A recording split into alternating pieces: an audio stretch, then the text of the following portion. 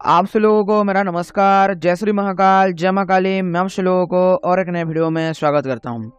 हमारे कई सारे सब्सक्राइबर्स हैं जिनका प्रश्न था कि आचार्य जी कुंडलिनी साधना के ऊपर प्रकाश डालें। तो आज मैं आप सब लोगों को तंत्र का वो गोपनीय साधना के विषय में बताने जा रहा हूँ, जिस साधना को मात्र एक ही दिन में संपन्न किया जाता है और साथ ही साथ मात्र 7 माला जाप होता है। और 7 माला जाप के दरमियान साधक की जो 7 चक्र हैं, जो कुंडलिनी चक्र हैं, वो बिल्कुल भेद हो जाती हैं और उसकी कुंडलिनी जागरण करके सहस्त्रार भेद करती है। इस गोपनीय क्रिया के बारे में आज मैं आप लोगों को उजागर करूंगा। तो चलिए शुरू करते हैं आज के वीडियो को और जानते हैं इस गोपनीय क्रिया के ऊपर। ये जो क्रिया है इसको सप्तचक्र भेदन क्रिया के नाम से जाना जाता है। जो तंत्र में उच्च लेवल के साधक होते हैं, चाहे अघोर हों, कपालिक हों, कोलाचारी हों, बम मार्गी हों, वो साधकों को उनके गुरु इस क्रियाओं को करवाते हैं। जिन लोगों को अत्यधिक आवश्यक होता है कुंडलिनी जागरण के ऊपर, उन लोगों के उनके गुरु ये क्रिया करवाते हैं। ये क्रिया मात्र एक दिन का होता है और ये शुक्ल पक्ष की पंचमी तिथि को करवाया जाता है। ये साधना में साधक को एक आसन के नीचे एक यंत्र बनाना पड़ता है जिसका नाम है सप्तजिह्वा यंत्र। वो सप्तजिह्वा यंत्र को बनाया जाता है। ये सप्तजिह्वा यंत्र और अग्नि का सप्तजिह्वा यंत्र अलग होता है। इस विषय में जरा ध्यान देने योग्य है। तो सप्तजिह्वा यंत्र बना के उसके ऊपर विधि पूर्वक साधक पूजा करता है और पूजा करने के बाद उसका मूलाधार चक्र, साधक का जो मूलाधार चक्र है, वो उस सप्तजिह्वा चक्र के बिंदु में बैठता है और एकदम संस्पर्श करके वो अपना पद्मासन मुद्रा में उधर बैठ जाता है। इतना करने के बाद साधक खुद के अंदर मातृका आदि न्यास करके, भूत शुद्धि आदि कर्म करके, उसका जो इष्ट शक्ति होता है उस इष्ट शक्ति को अपने शरीर के अंदर स्थापित करता है। ये एक अत्यधिक विशेष और तंत्र का उच्चतर क्रिया है जो साधक के द्वारा किया जाता है, जिसमें प्राणायाम और मंत्र के माध्यम से अपने इष्ट को अपने हृदय के अंदर बुला के उनको स्थापना करवाया जाता है।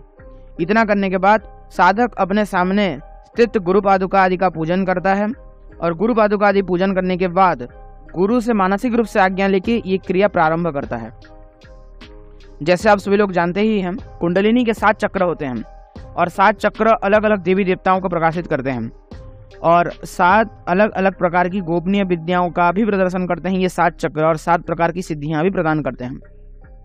तो साधक क्या करता है, जब उसके शरीर के अंदर जब वो सारा पूजा कर ले और अपने अंदर अपने इष्ट को आवाहन कर ले, तो वो साधक अपने हर एक चक्र के ऊपर अपने इष्ट देवता का स्थापना करता है और उस चक्र के जो प्रॉपर मातृका आदि होते हैं, उन मातृकाओं के साथ अपना जो इष्ट मंत्र है उस मंत्र को संपुटित करते हुए साधक जाप करता है एक माला। और जैसे ही वो एक माला पूरा होता है, वो साधक का वो चक्र जागृत हो जाता है। और ये अत्यधिक क्रूर क्रिया है, अर्थात मान लेते हैं जो मूलाधार आपका लगभग 1500 दिनों के अंदर जागृत होना होगा, वो मूलाधार लगभग 15 मिनट के अंदर आपका जागृत हो जाएगा। साधक को इस साधना के दरमियान अत्यधिक प्रकार के अनुभव होते हैं और उग्र अनुभव होते हैं, जैसे शरीर में जलती हुई अंगारों का वर्षा होने जैसा अनुभव, शरीर में गर्मी बढ़ जाना, लगातार प्यास लगते रहना, दिमाग में चक्कर आना आदि बहुत प्रकार के अनुभव होते हैं।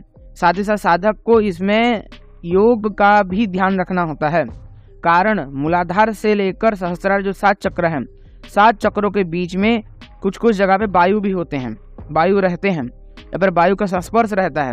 तो साधक अगर नहीं जानता वो क्रिया, तो वैसी स्थिति में अगर ऊर्जा ऊर्ध्वगामी होते वक्त वायु के संस्पर्श में आकर अगर रुक गई तो साधक वहां पे पतन का डर रहता है। पतन अर्थात साधक उधर पागल हो सकता है, विक्षिप्त हो सकता है या फिर साधक की सारी ऊर्जाएं भ्रष्ट हो सकती हैं। साथ ही साथ अगर कुंडलिनी फट गई या फिर चक्र फट गया, उसकी वजह से साधक को अलग ही प्रकार का दुविधा देखने को मिल सकता है। इसी चीज को मद्देनजर रखते हुए साधक सभी प्रकार की योग क्रियाओं के अंदर संपन्नता हासिल करके ये साधना करते हैं। जब साधक मूलाधार चक्र का ही जागृति कर लेता है, तब धीरे धीरे उसका जो ऊर्जा है वो ऊर्ध्वगामी होने लगता है। मूलाधार चक्र में साधक अपने इष्ट देवता का आवाहन, स्थापन, पूजन करके फिर वो धीरे धीरे करके ऊपर की ओर बढ़ता है। इस तरह से 7 चक्रों का भेदन करता है। मात्र और मात्र 7 माला इसमें जाप होता है। हर एक जो चक्र के मातृकाओं के साथ उसके जो मूल मंत्र है, गुरु मंत्र हो चाहे आपका उसका इष्ट मंत्र हो, उस इष्ट मंत्र को संपुटित करते हुए साधक जब इस मंत्र या फिर इस प्रक्रिया को करता है तो लगभग 7 माला के अंदर उसकी सारी कुंडलिनी जागृत हो जाती है। ये जो क्रिया है ये अत्यधिक तंत्र की गोपनीय क्रियाओं में से आता है। जो साधक उच्चतर स्थिति में हैं वो साधक यही साधना करके एक एक दिन में कुंडलिनी जागरण कर लेते हैं और उसके बाद वो लोग सीधा निर्विकल्प समाधि आदि की अवस्था में पहुंच के अपनी साधनाओं को संपन्न करते हैं। लेकिन ये क्रिया किसी प्रकार की साधारण साधक के लिए नहीं है या फिर कोई ऐसा साधक जो बेसिक लेवल पे हो उसके लिए भी नहीं है। कारण इस साधना में एक चूक साधक का मृत्यु भी करवा सकता है और साधक को विक्षिप्त भी करवा सकता है, पूरा जीवन बर्बाद करवा सकता है। इसलिए साधक को अगर कुंडलिनी साधना करनी होती है तो साधक अपने गुरु के सानिध्य में रह के ही इस कुंडलिनी साधना को संपन्न कर सकता है। तंत्र का ये एक अत्यधिक गोपनीय साधना था जिसके बारे में जानकारी मैंने आप सभी लोगों को दी है। आशा करता हूँ आज का जानकारी आप सभी लोगों को पसंद आया होगा। अगर पसंद आता है तो अवश्य हमारे इस वीडियो को लाइक करें, शेयर करें, सब्सक्राइब करें और डिस्क्रिप्शन में और पिन कमेंट में मेरे टेलीग्राम ग्रुप का लिंक मिल जाएगा, आप उधर ज्वाइन कर सकते हैं क्योंकि मैं उधर बहुत सारे अपडेट्स भी डालता रहता हूँ। बहुत सारे साधनाओं के ऊपर मैं उधर चर्चा भी करता हूँ जिससे आप सब लोगों को बहुत कुछ सीखने को भी मिलेगा। साथ ही साथ डिस्क्रिप्शन में और पिन कमेंट में मेरा इंस्टाग्राम का भी लिंक मिल जाएगा, तो जाके अवश्य उसको मेरे इंस्टाग्राम को फॉलो करें और उधर भी हमारे द्वारा बहुत कुछ अपडेट्स दिए जाते हैं, तो साधक अवश्य उसमें भी अपडेटेड रह के हमारे द्वारा जो सुविधाएं दिए जाते हैं साधकों को उसका फ़ायदा उठा सकते हैं। तो ये था कुछ आज का वीडियो। सभी को मेरा नमस्कार। जय श्री महाकाल, जय मां काली। मिलता हूँ आप सभी लोगों को और एक किसी नए वीडियो में।